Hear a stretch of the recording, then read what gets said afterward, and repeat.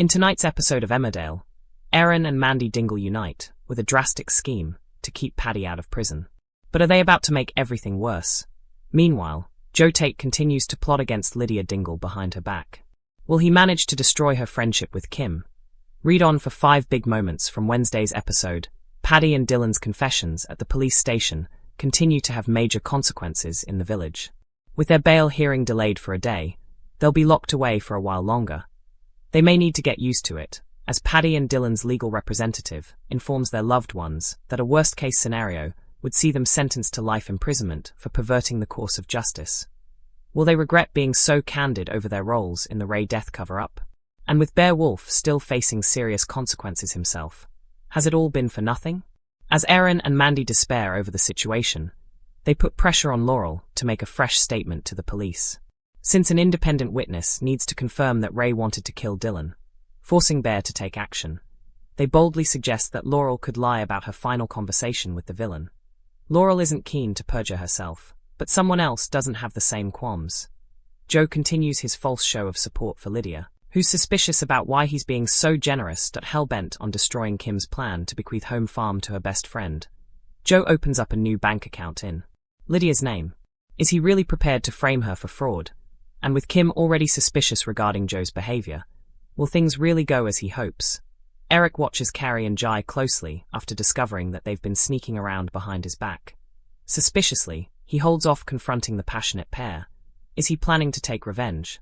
Life is about to take an unexpected turn for Tracy, as she keeps sneaking off to take phone calls. We know that Tracy will be heading off on a break from the village soon, as Amy Walsh, who plays her, has already filmed her final scenes before taking maternity leave. The village was no stranger to secrets, but tonight the weight of truth threatened to crush everything and everyone. In its path, at the heart of the storm, stood Paddy Dingle, a man who had done what he thought was right, and now might lose everything because of it. A prison of their own, making the cold echo of metal doors slamming shut, rang through the police station. Inside, Paddy sat in silence. Beside him, Dylan Penders looked smaller than ever. Their confessions had been honest, brutally so, and now they were paying the price.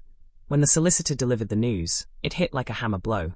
Worst case, life imprisonment, for perverting the course of justice. Paddy closed his eyes. All he had wanted was to protect.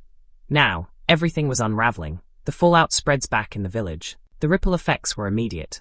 Mandy Dingle paced anxiously, her mind racing through every possible outcome.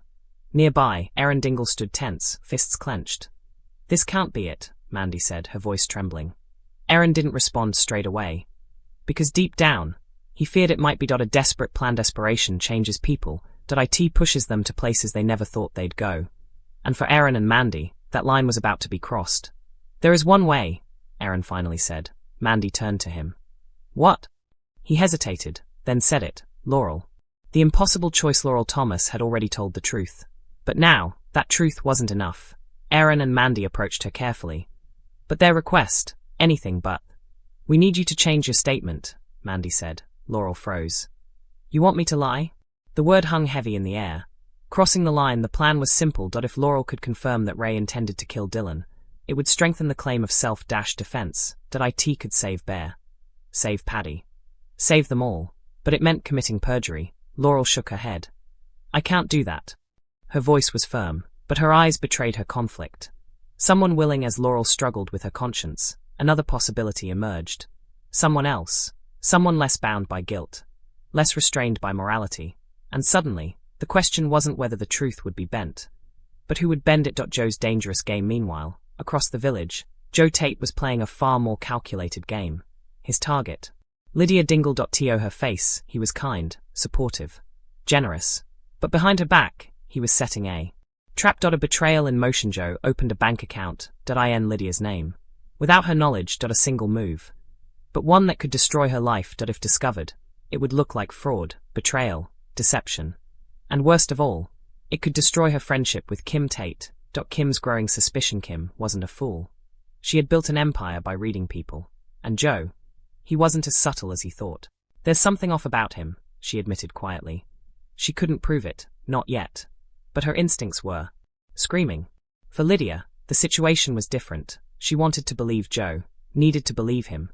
After everything she had been through, Trust didn't come easily. But Joe was working hard to earn it. Too hard. And that alone should have been a warning. Elsewhere, another storm was brewing. Eric Pollard had seen enough that he knew about Carrie Wyatt and Jai Sharma. The secret glances, the stolen moments, the lies, but instead of confronting them, he waited. Watched, planned, because Eric wasn't interested in a scene that he wanted something far more satisfying, revenge. Carrie felt the pressure.